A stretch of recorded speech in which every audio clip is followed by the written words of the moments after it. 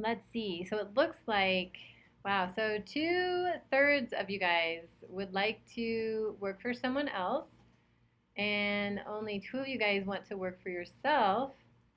Oh, wait, we're allow everyone. So that's kind of interesting. So I'm going to see what you guys said, why you would want to work for someone else. So Katie said, oh, Katie's for herself, so we'll go back to her. And Tanya, you're for yourself. So Melissa, you want to work for someone else because working for yourself would be a big responsibility. And oh, that is actually very true. It's hard to be self-employed, so that does bring up a good point. Miriam, Gloria. Okay, so Chrisia, you said that it was stressful to be the one in charge of everything. Oh yeah, that could be stressful. That could definitely be stressful. And Miriam, you voted to work for someone else because it seems easier to be told what to do rather than being in charge of everything. And yeah, so that's actually a big reason why people don't work for themselves. Is it is a lot easier to work for somebody else, and you know think about some other things too. Is because then you get a set paycheck every month, and you're not waiting to see how much you're going to make that month. So it can be a lot easier to work for yourself. But let's see what Katie said. I would work for myself. I mean, a lot easier not to work for yourself, sorry. Because I can do a more efficient job and I'm independent and I make better prices for efficient. Okay, so she likes having that independence, it looks like, um, as far as working for herself, which then brings us to working for yourself. You have potential to make a lot more money than working for somebody else. Because like for me, every month I get the same amount no matter what, right? So if I have a big medical emergency, I have to pay for that out of whatever I have a fixed amount each month, and I don't have a chance of getting any more. So it's kind of difficult. But on the other side of things, if I'm self-employed, I may not have any money anyway because my business might not be. Oh, all right, Gloria, you want to work for someone else because having your now see, I have to go through Miss Doran's stuff here. Because having your own business takes a lot of work and time to become. Also, I wouldn't want to have all the responsibility that you have. That's yeah, that's really good. That's really good. So the thing is, you guys, is that don't import anything. Hang on, one more second. Is that yeah, you guys are realizing that it is a bit of a risk to work for yourself. But remember the whole thing about risk versus reward. If you work for yourself, you have potential to have a lot of reward if you do well. You know, think about some of these companies that start and they invent something or they come up with some great idea and they end up doing really well. And did you guys having your own business?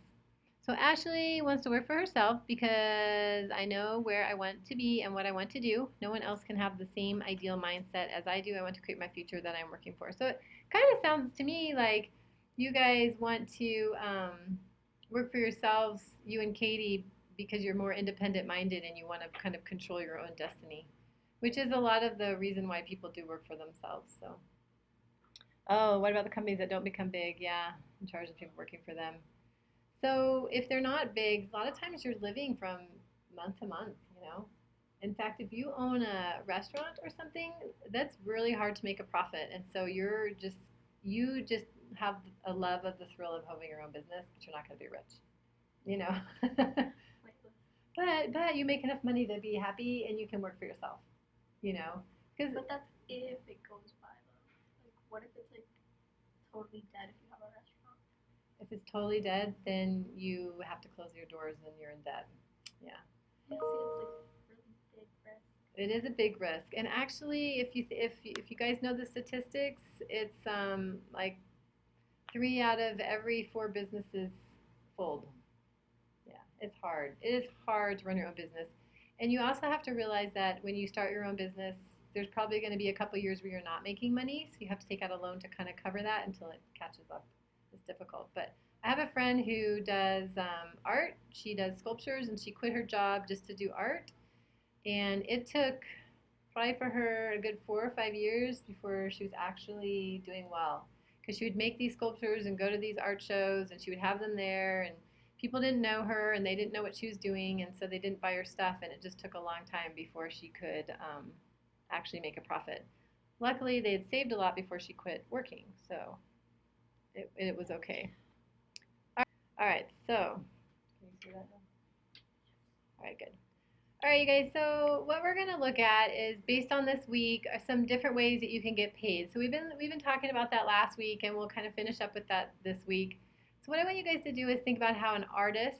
Remember, I was telling you about my friend, the artist, gets paid compared to somebody maybe who sells automobiles. We talked about automobiles earlier. So think about that, and then also based on what we talked about, what way of getting paid do you have the potential to make the most money? And there is no right answer. Okay, so starting with Gloria, an artist gets paid by painting, and a car salesman gets a certain percentage. That's true. And then if I look at seven, who's seven? Who's seven?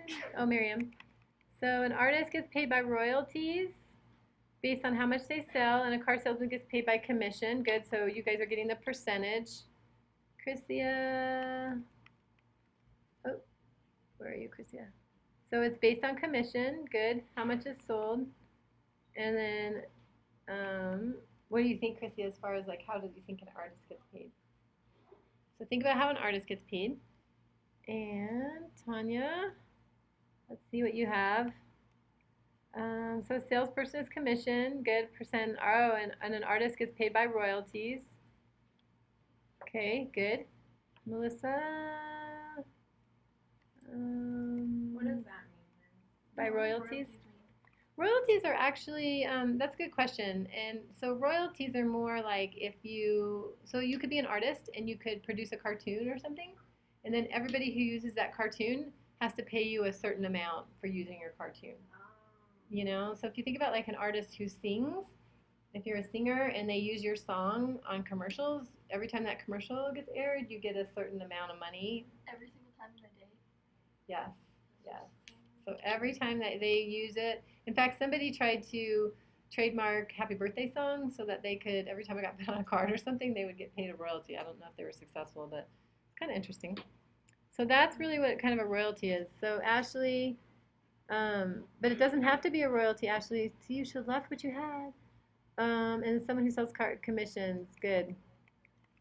All right, so and then commit. So Ashley is saying that commissions you can make a lot of money when you sell a lot of cars, but if you produce a lot of music, you can also make a lot of money. That's true too.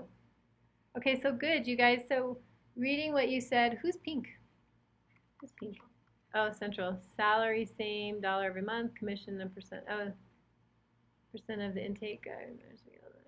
Somebody is participating. That's good. Okay, so yeah, you guys got it. But yeah, just so you guys know, artists don't only make royalties. Artists are called piece workers, not what you're going to read about this week. A piece worker gets paid by the piece. So for the case of my friend, doesn't make royalties. They make amounts, fixed amounts per piece. So depending on what she makes, she may sell this piece for 3,000. She may sell this piece for 100. You know, so it just kind of depends. It's like a painter. They don't necessarily make royalties. They make, it's called piecework. So they make amount based on what they produce. And so since it's not like a big manufacturing business, then it could be a different amount depending upon. And some people were saying in the research and writing this week, we're talking about that too, that if you're a hard worker and you work really hard, you can produce a lot more. And if you have the demand for that, you could make a lot of money. Could make a lot of money. All right, good, you guys. Ashley, no. Okay. All right, so let's look at our second slide here. So we're going to do a little math. We talked about the financial part. So what I want you guys to do is figure out how to calculate a raise. Okay, so in this week, you're going to see that sometimes when you're having a job, your employer is going to say, hey, you get a 3% raise, or sometimes your employer is going to say, hey, you were being paid $10 an hour, now you're going to be paid $12.50. Or it works the same way if you have a salary. You might be paid, $32,000 a year, and then at the end of the year, you'll get a new contract, and it'll say your new salary is $35,000 a year. So the question is how do you know what percent your raise was? And that's all good news. But when we had all that recession and everybody was losing jobs, some companies said you could keep your job, but we're going to have to lower your salary or lower your hourly wage to keep you employed. So we want to figure out what those percentages are. We want to understand what that is. But that can also help us understand if gas prices go up by a certain percent or food prices are going up by a certain percent, we can kind of compare and contrast and see if we can afford it. So just one more story, you guys. So I used to coach gymnastics at this Russian gym, and the lady and the guy who owned it used to recruit these Russian coaches from Russia. And it's true because they were like really good, trained and all that stuff. So they would recruit them, and they would love to come over because they thought they were getting paid all this money, because the amount that was offered them was so much more than they could make in Russia. But then what they found out when they came over here is that gas was expensive and insurance is expensive and food is expensive and living in a place is expensive and everything just costs a ton of money. And then they realized they were actually pretty broke over here and they did not have enough money. So just kind of being aware of what you're making compared to what things cost is very important. Very important. So here's your question for you guys. So your paycheck was $1,850 each month, $1,850, until you had a great review. You did a good job. You guys did a good job. And your boss said you deserve a raise. So your next paycheck is $1,942.50. And your friend asks you what percent of raise you received because you want to know, hey, is that a good deal? All my friends around me are all getting a 3% raise. Did I get that too? What was my percent? So here's what I want you guys to do first in your notepads. Don't do any math calculations. Just estimate what you think your percent raise is. So do like number one and then just put a percent. What do you think? And then once you have a good guess, and you guys don't wait for everybody else because everyone can be all over the place. This is just like number sense. What do you think? Is that a 100% raise? Is that a 50% raise? What is it, a 2%? What do you think? But once you make an estimate, so number one, you should have your estimate. And then for number two, see if you can figure out mathematically what that percent was. See if you can figure it out. You said C. You did. So Ashley said something like 0.925, and so you took the difference over 100. Okay, so you guys are like halfway there. You guys are halfway there. So here's what I want you to think about. Okay, so think about this, Ashley. So you guys are good with your estimates, right? Most of you are like 2, 3%, 4%. So you guys have good number sense. You're looking at that difference and you're thinking, yeah, okay, it's probably not 10% because 10% would be like over $100, right? It would be like 18 or 185, so we know that. So it has to be less. So Ashley, when you look at yours, you came up with 0.925. So if you think about your number sense, which was good originally, or is that or you changed it maybe because of what you did, but that's saying, so let me just write this for you guys, 0.925, let me find a color. So if we think of I need to make my pen work. Hang on. So if we think about 0.925, I'll put it up here, 0.925, that's actually the same percent as 92.5%. So that means you got almost 100% raise, which means that 1850 would actually have to almost double. So actually, you're on the right train of thought, just like Melissa and Tanya, Chrissia, Miriam, you guys are all on the right train of thought. Gloria's still thinking, I think. But it's just, you just didn't finish your logic. So I like that you guys took the difference. So you found out what the dollar amount was of the difference.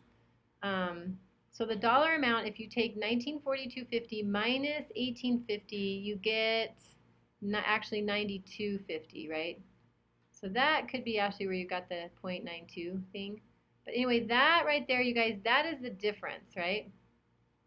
So if you want to figure out what percent that is, all you have to do is always take the part or the difference or the change, we call it. So we take the $92.50 that you got additional, and then you put it over the original amount, $18.50. So if you guys are taking notes, it's a good thing to write down. This is the change. Sometimes we call it the difference. Okay, that's what goes here. And then on the bottom, we have the original amount down here.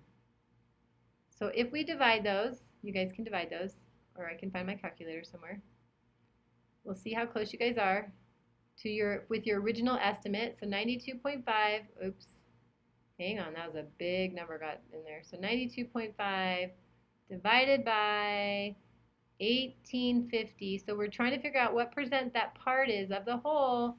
Oh, look at that. We get 0.05. Okay, you guys know what percent that is? What percent is that? 0.05. 5, yay. Christina said 5, yay, yay, yay, you guys. So 5%. So if I look at how you guys estimated, so I say your number sense is really good because you are very close to the actual percent. Calculators doesn't want to close or something. There it goes. Anyway, so you guys, how was that? Did that make sense? You take the part out of the whole, and that's how you figure out the percent. So Ashley, your 100% that you have, you would use that after you divide those, and you would multiply by 100 to get it to be 100 in the percents. Ashley is typing. Yes, less than 1. Do you mean like less than 100%? 5%? Oh, or less than 0.1?